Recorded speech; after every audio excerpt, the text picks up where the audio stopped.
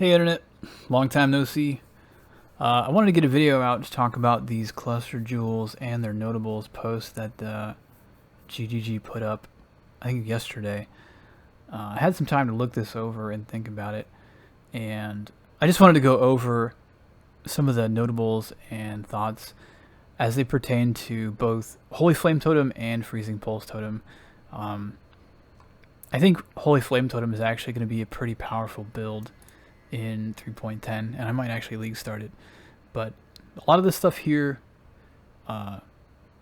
applies to both builds, and it's probably going to be the most confusing thing about the league. I think one of the big focuses for people is going to be figuring out how to use these. So we should probably talk about what they showed today and what we don't know, right?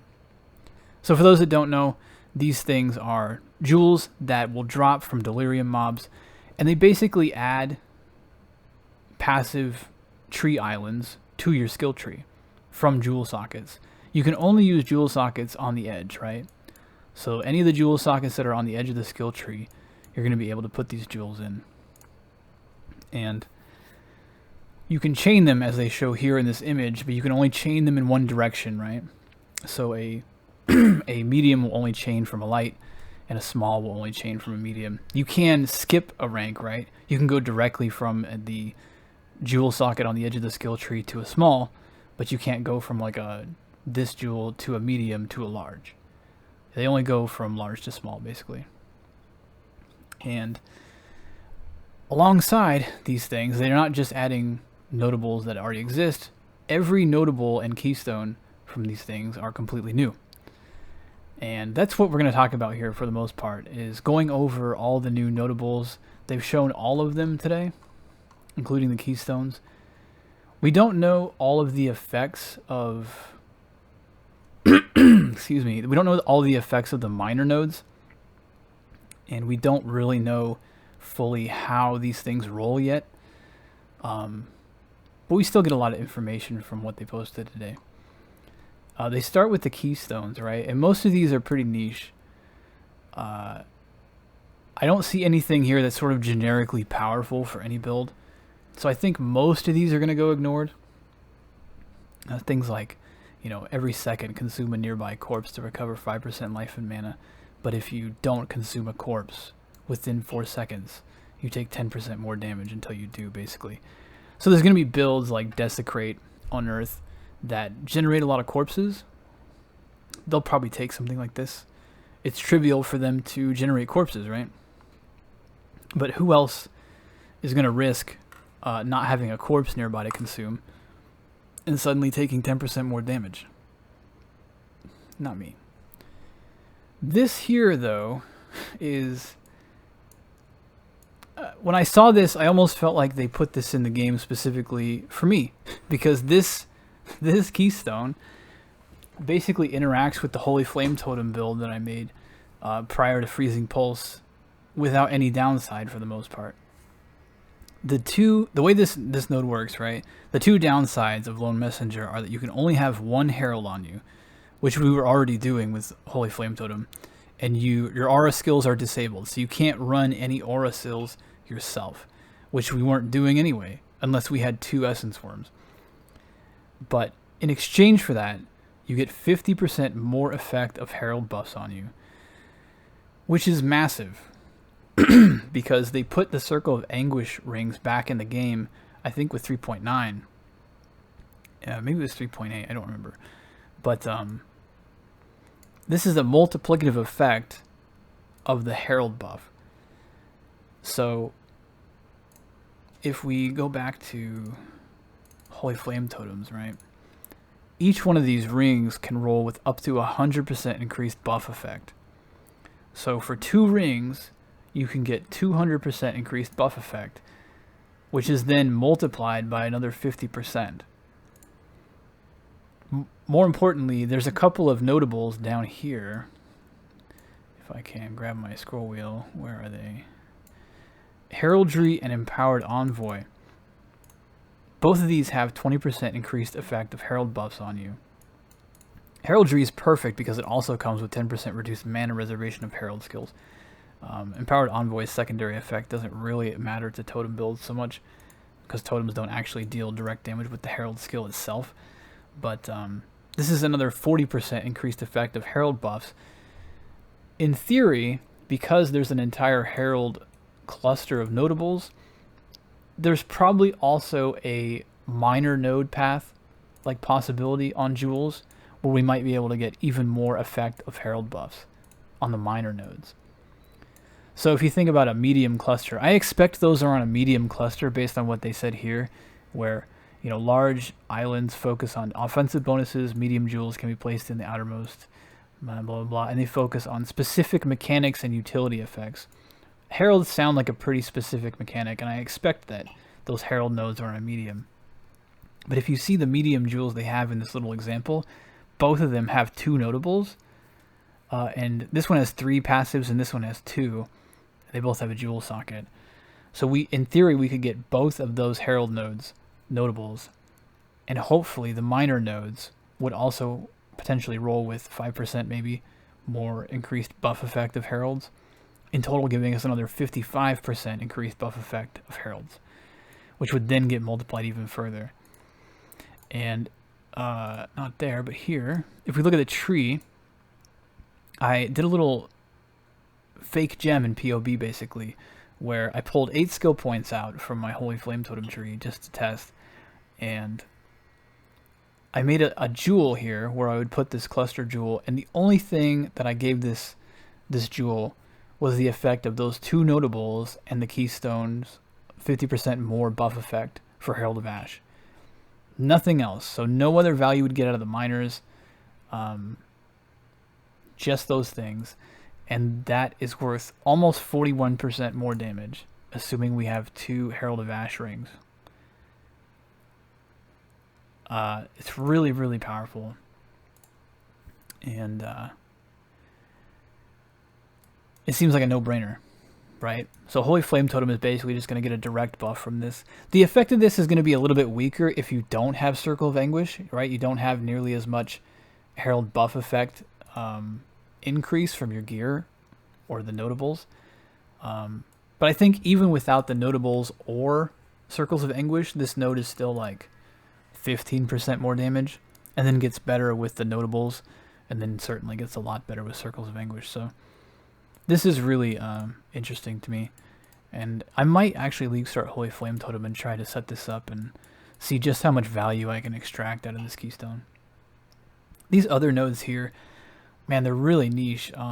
Nature's Patience is like, it's where you self-debuff with that Grasping Vines effect. If you've ever been, I think it's Ashling from Betrayal that has this, where they stack Grasping Vines on you and it slows you down. But like as you run away, you start breaking free of them, or if you use like a Flame Dash or something. These give you buffs for having those on you, but they automatically apply to you. It sounds like one of the most obnoxious things in the world to me. I'm sure somebody will try to make that work, but this sounds like it would make me want to uninstall the game. Secrets of Suffering, you can kind of imagine how to get value out of this, right? So it says you cannot ignite, chill, freeze, or shock, so no standard elemental ailments. Instead, your crit strikes inflict Scorch, Brittle, and Sapped.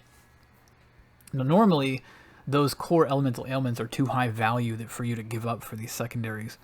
But there's other ways that you can apply those elemental ailments that don't necessarily come from you, right? If you think about like Skitterbots, they should be able to apply Chill and Shock, even though you cannot, right? Or if you put down Vortex or a Vol Lightning Trap or something, you know, Vortex is going to leave a cold, chilling field on the ground, whether or not you can chill or not. It's not just going to do nothing, right? It's going to have its own chilling field. So you could have a setup where you have like I don't know, I'm just imagining like a self-cast Freezing Pulse, and you would use Vortex to cause chill for the effect of hypothermia, and then your own critical strikes would apply Brittle, giving you a plus 15% base critical strike chance. It sounds finicky, and it sounds like you'd really have to be careful about how you set up. It's going to restrict you to certain skills and ways for you to apply elemental ailments outside of your direct hits. But I can see how you could get around that, right? I just don't know what the value of it's going to be, because ultimately these effects still scale based on how hard you're hitting.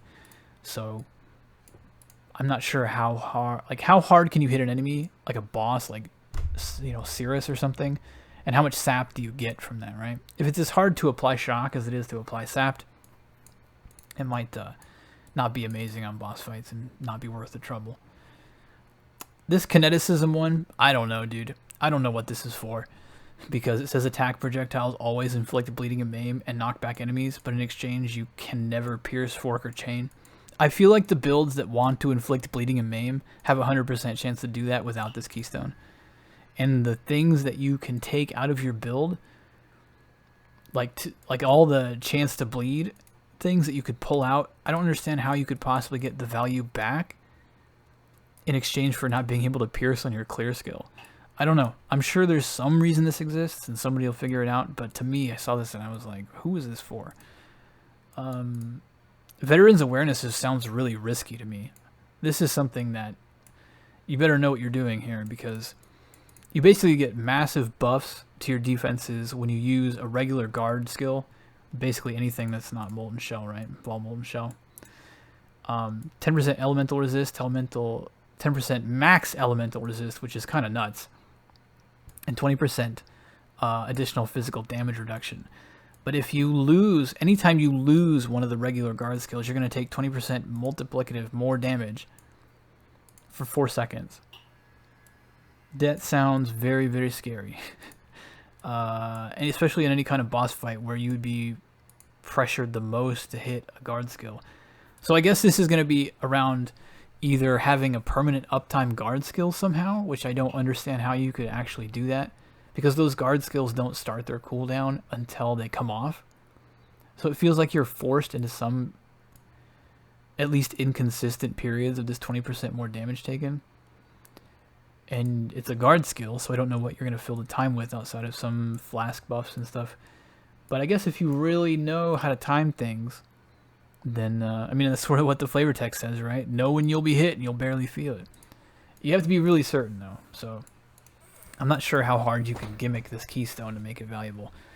I think it's actually just going to always be risky. And then Hollow Palm Technique. This was the first Keystone I think they showed off. It doesn't really interest me. It's basically a way to do unarmed that's not Facebreaker. But Facebreaker is really good. So I'm not sure what the... I guess you'd get to attack fast instead of having to attack slow like Facebreaker. But it seems like it's going to be so much harder to scale with compared to Facebreaker. So who knows? So that's all the Keystones. I'm definitely not going over all 281 of these notables.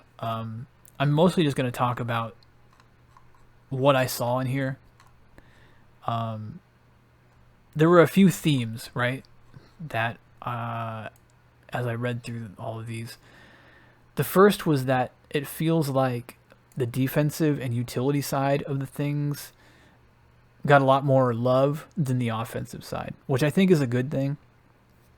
But you do have to bear in mind, if you are trying to squeeze damage out of this, I think only a few particular lanes got enough notables and good enough notables to where you're going to actually get a noticeable, like actual, you know, decent increase compared to your regular passive tree, strictly in the context of damage. There are a few build lanes I think that's going to happen for, but just in a general sense, most of the benefit of this feels like it's coming from utility or other like weird mechanical force multipliers that certain builds can use, but not everybody, right?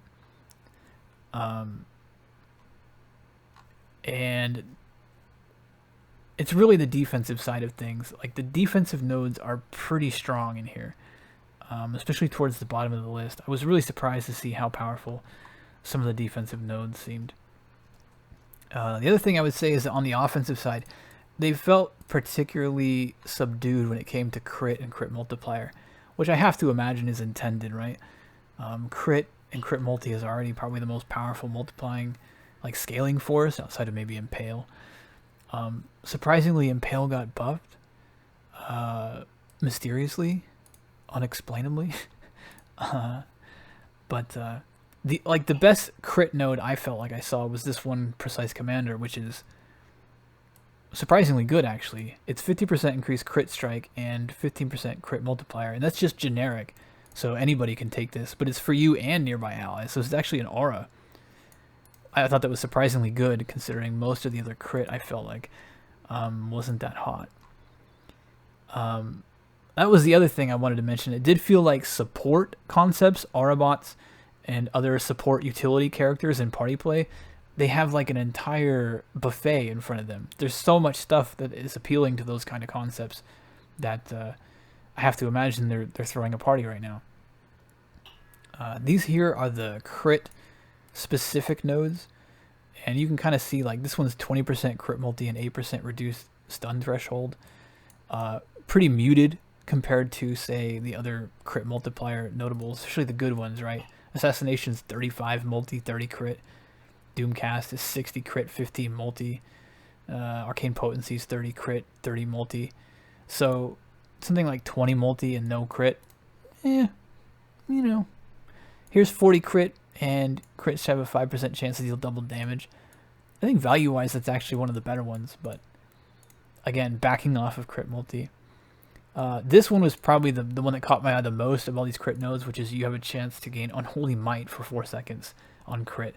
This is a relatively hard buff to get access to, and opening this up to a chance on all crit strikes, not just kills, means you can even count on this in boss encounters and stuff. So this is going to be a high value node for some people.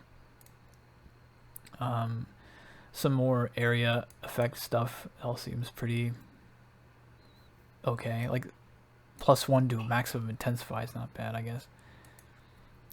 Here we have some totem nodes. So these were the totem-specific generic nodes, and they're actually there's some pretty good stuff in here. Ancestral Echo was one of the better ones, I thought, in terms of raw value. This one's 20% totem placement speed, which is great for clear, and then 10% cast speed if you summon a totem within the past 4 seconds, which you do all the time. So a pretty decent value node there. Cast speed's a really nice force multiplier for us. Both builds, in Holy Flame and Freezing Pulse. This one here was really interesting because I've never seen this stat before. 25% increased totem placement range. Maybe I'm just ignorant and I've never looked it up, but I've never seen an item or a passive skill that improves the distance at which we can place totems. And this one still comes with 25% increased damage and 25% totem placement speed. So this seems like a really high value passive to me. I'd be happy to take this more than once, I think, if it didn't cost so many skill points. Really good node. I'd be happy to have this on any island, I think. This one here seems Ancestral Might. It seems like it was more geared towards characters that use totems but do so more infrequently, like for cooldowns and boss fights and things like that. Maybe like Vol, War Chief guys, because part of the damage bonus is wrapped up only if you haven't summoned a totem in the past 2 seconds, which is basically never us, right? We have this Ancestral Preservation, which is a defensive totem node. I kind of laughed watching Bay Class when they asked this question about totem defenses, because as somebody who's played almost exclusively totems for the past year, I couldn't give a fuck about totem defenses. And it does make me curious to see. I kind of want to go look and see what kind of totem builds these guys have played and how they're building to where it's like even a relevant thought to them. But here we are. Strangely enough, in response to that question, it was Neon that said that they were buffing the base health of ranged and attack totems and spell totems by like 50%. And I already don't care. So if I'm going to get 50% free life from the patch, in what universe am I spending 2 skill points for more totem defense? And it's just not happening. I mean, maybe if you're playing RF totems and you want the increased life, but I feel like if you're playing RF totems, you have other concerns. Yeah, this isn't happening. Snaring Spirits. This looks okay. I was a little bit disappointed in the magnitude of this hinder. Even if this hinder is pretty long, I don't think it matters too much. 30% increased totem damage means they probably, felt like this was not worth that much damage. But, like, the idea is sound, right? This is going to snare enemies in between the point where you cast the totem and then the time it takes for the totem to activate and actually start firing. So kind of when you need it most, right? When you want the most control on enemies, when they're going to be the most, threatening to get around a totem and get to you, or just get to your totems before they can activate and fire, something like that. But 25% reduced movement speed is just not that noticeable, and that activation time is not long enough to where I'd probably spend 2 skill points to get this, especially when some of the other stuff here is pretty juicy. This is like a ballista totem node, which I don't really have any experience with. This one here, I had to read this one twice to actually appreciate it. The first time I kind of skipped it because I just thought, oh, it's like for War Chief and Protector. But this second line here, totem's action speed cannot be modified to below base value. This is actually pretty powerful, because it means your totems are going to be immune to chill and freeze, which is one of the more threatening things for totems in general, other than your totems actually getting destroyed somehow by like a Shaper Slam or some other large unavoidable AoE that you just wouldn't expect them to live through. But if you've ever been in like a toll breach on like a tier 16 high-end map, you'll know that it's pretty easy for your totems to just get frozen. Because even if you have freeze immunity on your Flask, that doesn't transfer to your totems. So when those like toll rares that spawn with the vortex around them just sort of appear out of the breach, and your totems are sort of on that close to the breach line, they just get instantly chilled. And it means the next attack that has any cold damage has a pretty decent chance of freezing them. And that way you don't have, if you have this, you never have to like re-summon your totems to get them out of a freeze effect, which is pretty good. Unfortunately, it's tied to this ancestral, War Chief and Protector style damage buff. So if this were attached to something else, like more generic, I think this would be really powerful. I would take this and put it right here, and then maybe this node is not trash, right? And then this can just go somewhere else. That's what I would do with this. Because this, I want this. I don't even know if I would take it if it was over here, because like all these totem defensive buffs are just so fucking irrelevant. But when it's attached to this, I think it's too specific, and these guys don't care enough. I don't know. Ancestral Inspiration. I don't know why that sounded weird. This basically allows you to get Arcane Surge just for dropping totems. It also comes with like a 25% increased damage to spells from totems. Relevant to us, my only problem with this node is that it doesn't really apply to my builds that well, in the sense that I'm self-casting Curse in both of my builds. So the opportunity cost of running an Arcane Surge gem is really low, right? Curses are really good at casting higher level Arcane Surges basically for free, because you don't really need that many supports on a Curse in the first place. So now if you're playing a build where you're doing dual Curse, or you're cursing through your rings, or you're using like Awakened Curse on hit, right? And so you've got your Arcane Surge probably on like Frost Bomb or Flame Dash or something else that's pretty jank and doesn't feel great to use in like sketchy combat scenarios. This might be a better way to get a low rank Arcane Surge. And then you can, especially when Flame Dash is going to want an extra support gem in this patch for that second wind, where you're going to want the second wind to get an extra stack of Flame Dash charges. If you've got Arcane Surge there, this would be a good way to get rid of that and kind of release that tension that is being added in 310. There's a bunch of channeling. These are all spell channeling nodes. I looked these over earlier, and unfortunately, they're pretty much just focused on hand casting channeled spells. So most of this stuff is not relevant, especially like Holy Flame Totem would be the only one that could use these because it has a channeling tag, but none of them are particularly good for Holy Flame Totem. The Flask nodes were actually a little bit better than I expected. This one here in particular is pretty neat, right? Mender's Wellspring. 25% increased life recovery from Flask, always nice. Life Flask gain 1 charge every 3 seconds, which is the soul of Rislatha Pantheon, I think. And then remove bleeding when you use a Life Flask, which is a staunching Flask modifier. So for one notable, you can re-enchant your Life Flask with something else, and you get a free Pantheon effect. So you can get like immunity to poison or something else with your miner instead of that Rislatha that you might want for Cyrus or some other boss fight where there's nothing to kill. This is actually a pretty good node. I'd probably consider taking this one depending on where it is in a cluster. Also, these warcry nodes, these look pretty good. They seem particularly good from like a group support standpoint. Like this one allows you to generate rage for your entire party. This one allows you to unnerve and intimidate all the enemies that are taunted by whatever warcry you're casting. This one gives you a buttload of duration and buff effect. So it feels like there's going to be a pretty good support angle to warcries, especially in a group setting. But even down here, right? 40% increased crit strike chance and crit multiplier, and warcry buff effect. 4% chance to deal double damage, 4% physical damage reduction.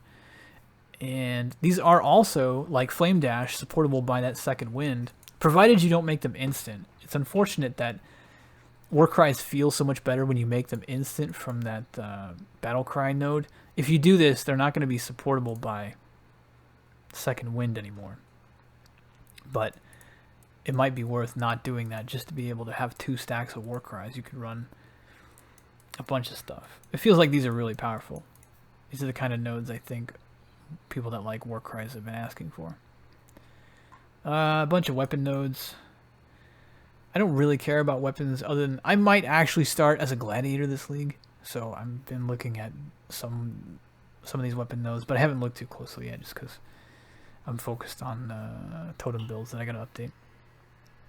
These are generic spell nodes. Like the channeling ones, these seem a little bit more focused on hand casting, right? There's a bunch of like energy shield leech modifiers. There's like knockback on hit with spells. This one here is the only one that seemed interesting from like a generic standpoint to everybody, right? 30% increased effective arcane surge. That's pretty good, especially if you're running like a decent rank arcane surge, like in the 10 to 15 range, where you're getting around like 15% more spell damage and 15% cast speed baseline. 30% increased effect of both of those is pretty good. So this could be a very good a node for just about any spellcaster. These are the generic elemental notables. Unfortunately, I didn't see anything interesting here. The closest we got was this. But this has that same problem that other notables have that are doing, or not notables, but effects that are trying to do these like automatic exposure effects. We ran into this in 3.9 with the Redeemer wand, right? Where one of the Redeemer mods for wands was like, has a 20% chance or something to apply this 10% cold exposure. But because it's like a 10% and not 25, it just dies, right? Because I have to choose then, is it worth taking this weaker exposure and then maybe replacing what I was doing to cast exposure before with something else that increases my damage? But when you start in such a big hole, right, 15% damage penetration, that's the difference I'm starting with to try and find a DPS upgrade in the exposure that I'm giving up. It's like, it's been impossible for me, right? The magnitude is too far apart. So either they need to nerf the exposure on Wave of Conviction and Frostbomb and things like that, or they need to bring these up, one of the two. Right now with these 10% exposures, they're just junk, you know, for the most part. It's too easy to get exposure, basically, outside of these kind of on-hit effects, if they're going to keep using these 10% values. The rest of these are just, like, generic. This one's okay, right? 10% all-res, 30% increased elemental damage. Not terrible. Some fire nodes. Again, this is that 10% weak exposure as an aura. I think Chill has one of these later on, too. You know, same problem. This blanketed snow node looks pretty good for freezing pulse, right? It's basically 10% cold penetration against chilled enemies. My concern with this node isn't the stats. It's going to be how do you buy this, right? Like, what kind of jewels actually roll with this? Because you're not just going to get a jewel that has a completely random selection of notables. They're going to roll in, like, mod groups and things. So what kind of other notables appear on a jewel that has blanketed snow? Because I can tell you right now, I don't want either of these other cold nodes. This is like a stat stacking cold damage increase, which would be junk for us. And this is a really bad one. Well, not terrible, but pretty bad. So it's like, what else could it roll with? If it rolls only with like these other elemental style, like this weird woman who's either on fire or getting shocked or whatever, or this chaos one, anything in this category, if these are the only things it can roll with, it's basically dead for freezing pulse, right? We wouldn't want anything else there. And you definitely don't want to use a large jewel to just go in and get like half of the wheel and then get out. You don't really want to use a large wheel, I think, as a scuffed medium, if that makes sense. I don't think the value is going to work. It might work okay. It's unlikely, though. We really want a large wheel that we can get at least 2, if not 3 notables out of. So this is all going to come, like all of these really, but this one in particular, they're going to come down to what kind of jewels do these this notable actually appear on. We've got some chaos stuff and some minion stuff I don't play. Ignites, I don't care. Some bleeding stuff, I think. I might be playing bleed this league, we'll see. But I don't play bleed, I just want to try it, so I can't really evaluate these that well. Same thing for these chaos dots. This looks like more generic damage over time nodes. And then we get here. I was really looking forward to this section. These are the notables that are related to elemental ailments that, like chill and freeze and shock. And I was pretty disappointed because this one here, I got here and I was like, this seems awesome. But it does say your hits, which means this is not going to work with totems. It would have been pretty sick to have our freezing pulse apply shock. But it is not to be. This one here seems okay. Like if this is one of the nodes that can roll alongside this blanketed snow, yeah, okay, we might take that. It's 20% increased effect and duration of chill and freeze, and then 20% increased damage with hits against chilled or frozen enemies. Pretty good value. I think the value of both chill and freeze will be pretty high in this league. Trying to keep larger mobs, like packs of mobs, under control because they're going to take longer to kill. So any like increased effect or chance of chill and freeze is going to be helpful. Cold damage over time multiplier. Like this, 20% cold damage freezes you, inflict spread to other enemies within a radius of 12. 12! That's a shorter range than a lot of default melee weapons. It's tiny. And of course it's not useful for freezing pulse, right? Like anything within 12 units of an enemy is already also frozen. We hit like half the screen at worst with all the projectiles, so not very useful for us. This was the most surprising section to me. These dark ones here are the curse notables, and almost all of them are really good. A few of them are like surprisingly good. This one here is one of the best ones, I thought. Enemies you curse take 5% increased damage, which since that's a debuff is not actually equivalent, but close to 5% more damage. It is actually 5% more damage if you have no other effects in that stack, which would pretty much only be things like Intimidate or Unnerve, or anything that specifically says enemies take X increased damage from, since that works as a debuff. And then you also get 5% chance to dodge attack hits on top of that. That's really good. Really high value node. This is probably one of the worst ones here, where it's just 5% increased curse effect and then 20% increased damage if you've killed in the last 4 seconds. Pretty weak. This one is specifically for blasphemy. It's basically increased area and effect of curses and then 5% reduced mana reservation. So if you're running any manual mana reservations on blasphemy, this will help. This was the other one I thought was pretty weak. It's like 10% curse effect, which isn't bad, I guess. But then it gives you your curse as a hinder, but only at a 15% value, which is like, whew, that's really minor, right? And then 1% energy shield regen per second if you've killed in the last 4 seconds. I mean, not terrible, I guess, but some of these are just a lot better, I feel like. I'm not sure. This one, Victim Maker, I guess this is for like Bane or something. Like I said, I don't play the Chaos skills, so I assume that this is really good for Bane to have 50% increased skill effect duration and then increased damage with hits and ailments. The two that really caught my eye though are these bottom two, right? Master of Fear. Enemies you curse are both intimidated and unnerved. So, like I said up here, these are debuffs, which means they are essentially, 10% more attack and spell damage, assuming you have nothing else in that stack. So if you had this here, this would be worth a little bit less than 10% more damage, but it's close. More importantly, these effects, while they do exist elsewhere, the opportunity cost of getting them is kind of weird, right? The Unnerve in particular, they are adding a skill in this patch called Blade Blast, which is supposed to apply Unnerve to enemies as well. But you're gonna have to A, find the gem sockets for it, but B, you're also gonna have to figure out a better way to apply it. Because if we have to manual cast yet another thing, even if you try to set up auto casting for your curses from your rings or something, you're still going to have to apply exposure from like Frost Bomb or something. And this will be yet another thing that's going to take up combat time, prevent you from moving, things like that. Whereas you could get both of these things from something you're already doing.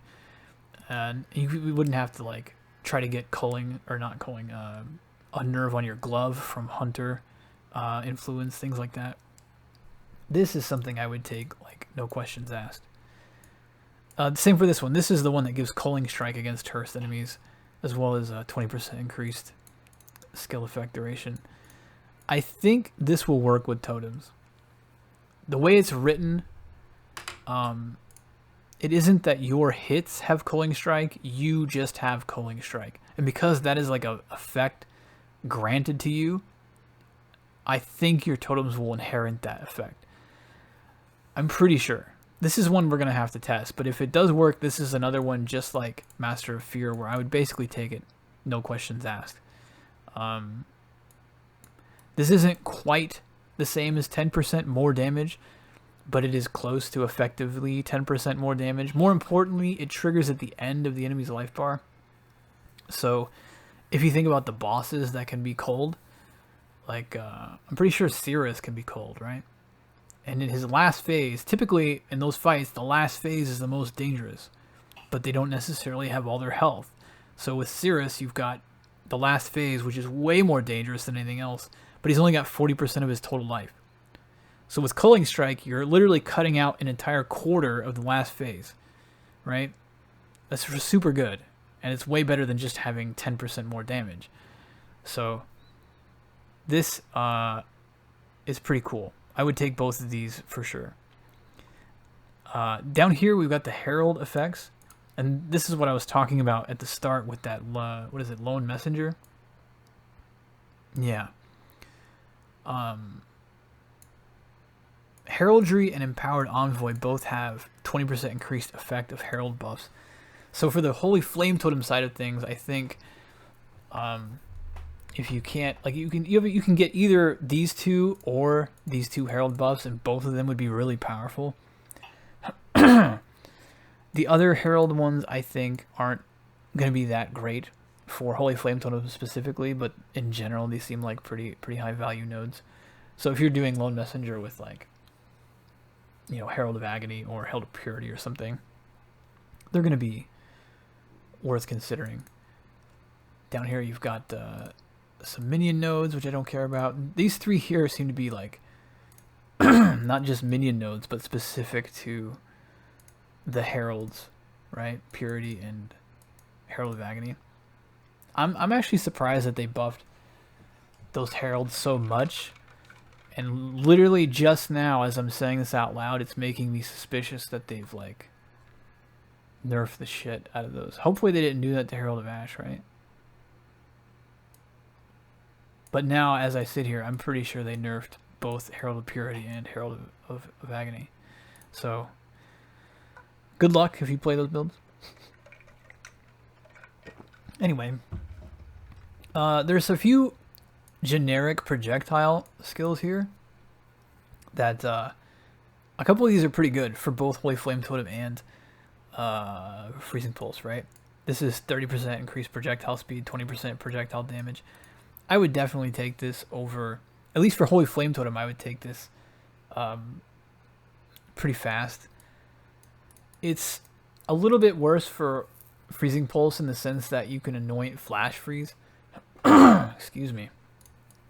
But in general, 30% projectile speed is really good for both of those builds. And then we've got 30% projectile damage and 8% cast speed, which is going to be good for both builds too. Probably not the most ideal of everything in this whole like set, and you're probably not going to get to take too many notables from these cluster jewels, but if you feel like investing in a cluster jewels instead of the passive skill tree, even especially earlier on where you don't have as many choices between cluster jewels, these two nodes would be pretty high value.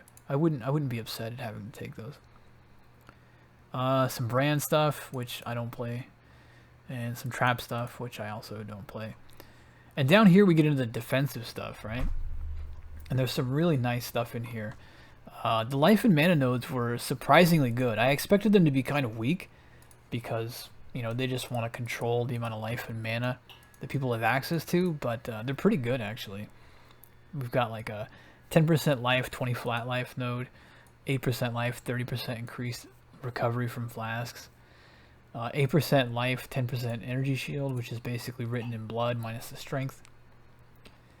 There's a 8% life, 10% mana. That's almost as good as heart and soul, right? I think this is 812. Yeah. So a lot of these would be totally fine, right? If you have the points to invest in a small cluster, these are like there's a 20 mana, 30 flat mana. There's some really good stuff in here. They're basically on the same level as the decent to really good life nodes in the tree. Not as good as the best ones. I don't think any of these are like quite on that tier. Maybe like mana and percent stat, or these flat ones for characters that are really stacking mana. But in general, they're all good, like pretty good. The energy shield ones look pretty good too. 100 flat ES seemed a little bit like Pog. I'm surprised they were thinking about doing that. It's these ones down here I think that I was the most impressed with though.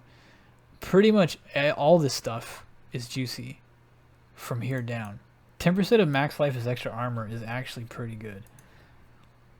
Like if you're stacking life, you should have at least 8,000. 800 flat extra armor is absolutely not bad. Increased armor, but also +1 to max all res. These are all very, very good nodes in my opinion. Gain an endurance charge every second if you've been hit recently, so some really free endurance charge generation. 30% armor, 20 fire res, 5 physical damage reduction. 3% chance to block both spell and attacks, and 30% armor. The evasion ones are particularly good, right? 30% evasion, 3% attack and spell dodge. But there's like 4 of these. 3% chance to dodge attack and spell hits. 3% chance to dodge attack and spell hits. What the heck? Like, I'm surprised that they gave away, especially spell block. Because really, the only other place you were getting it before was like phase aggro, right? And only one chunk of 30. They just gave away like, what, 9% sitting here? And then these last ones down here, these are specific to resists, right? Some of them involve like some gimmicky like self-infliction.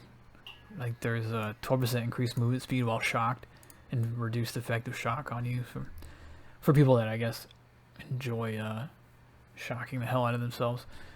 But still pretty good nodes. Like there's look at this guy here. 6% increased max life, 10% increased max mana, 13 chaos res.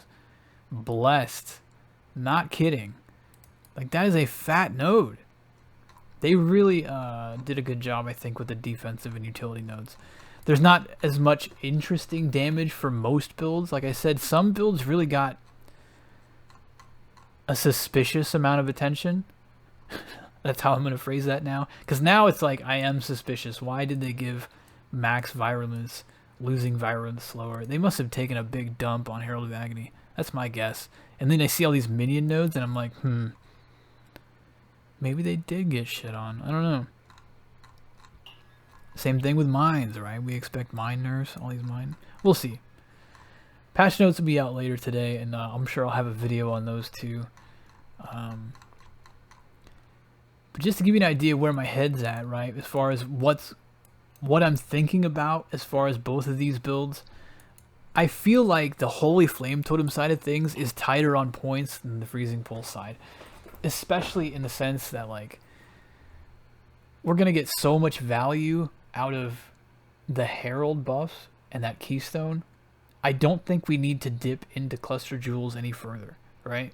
We get a lot of high value stuff as Holy Flame Totem, partly because all these points that they added over here, these wound up being really high value.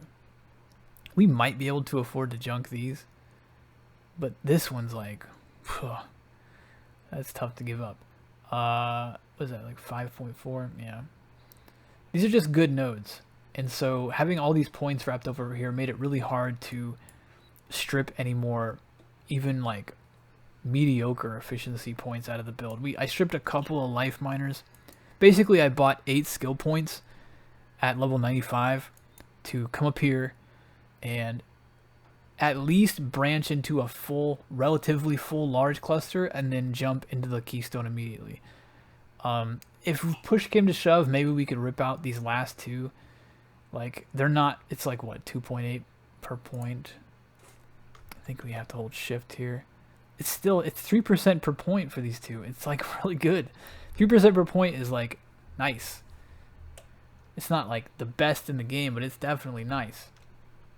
It's definitely not as good as like the first two because these are physical as extra fire, but they're good. You could pull them if really forced to, but I don't see us going into a full chain.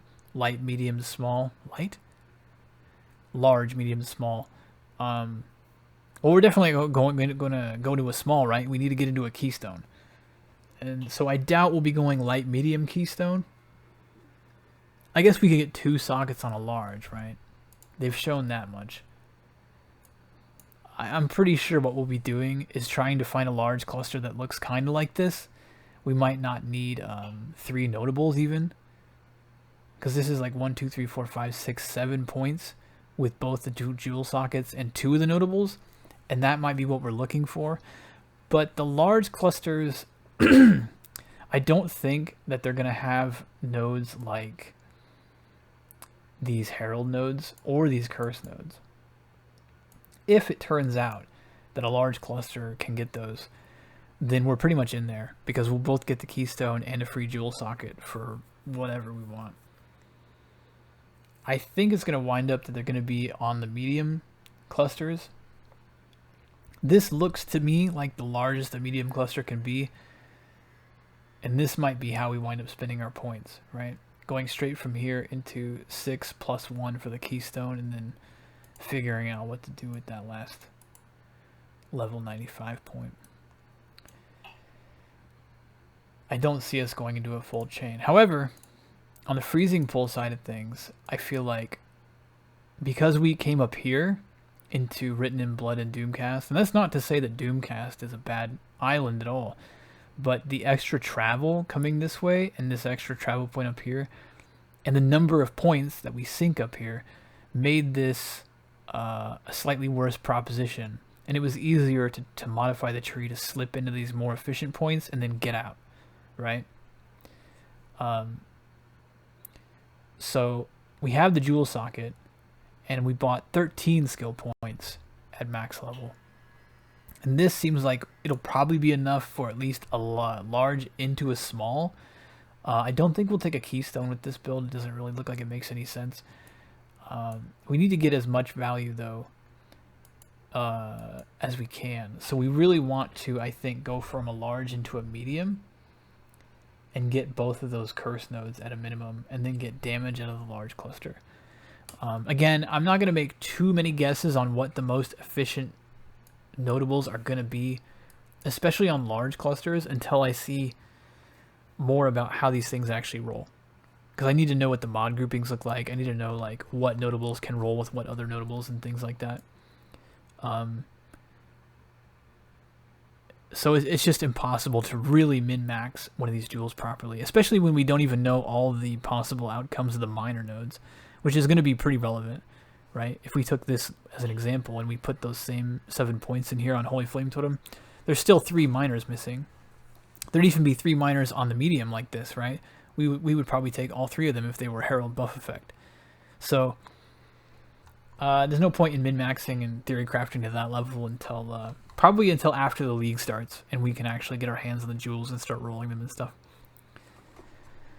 But yeah, that's where I'm at right now. I'm actually pretty excited for Holy Flame Totem, so I'll probably wind up updating the build for 3.10. It feels like Holy Flame Totem is actually going to be really powerful because of this Keystone.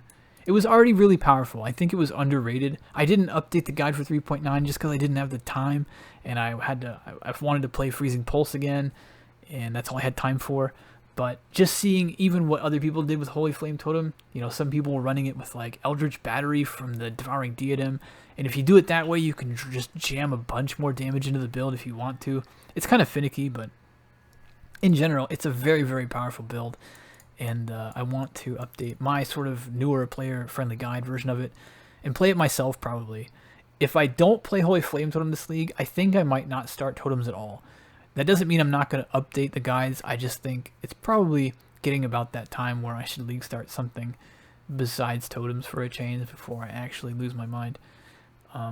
Totems are still my favorite builds, but it's been literally a solid year of totems, so I'm considering league starting like a Gladiator, because I do think any like Profane Bloom and Gladiator Bleed Explosion, they're probably going to be pretty high value in this league when we're talking about, they keep saying these Delirium mobs and this mechanic scales enemy health higher than anything else that has before except Delve. That's typically when things that deal damage based on the monster's max health are worth a lot. And I kind of like the feel of Gladiator because of the challenger charges, making especially the early game feel like it goes faster, but just in general they move around and get around fast. So if I don't play Holy Flame Totem, that's probably what I'm going to do. Like a lot of you guys, I haven't decided yet. I'm sure I won't decide until the last day.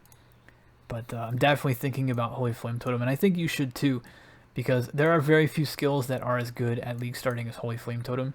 And when we see stuff like this, giving you a new scaling route, or at least a big improvement to one of our current scaling routes, this is really tempting. The top end for Holy Flame Totem definitely got pushed way up, I think. And yeah, it looks like fun. It looks complicated, but that's good. This game needs it every once in a while. Patch notes are going to drop later today, my time. So I'm sure I'll be recording another video very late tonight. And then we'll be preparing for League Start. So feel free to come by the stream. It's twitch.tv/WallachTV. I will not be starting streaming again until League Start, so I'll be around Friday. I think League starts at noon Pacific. Until then, I'm going to wrap it up, so I will catch you guys later. Peace.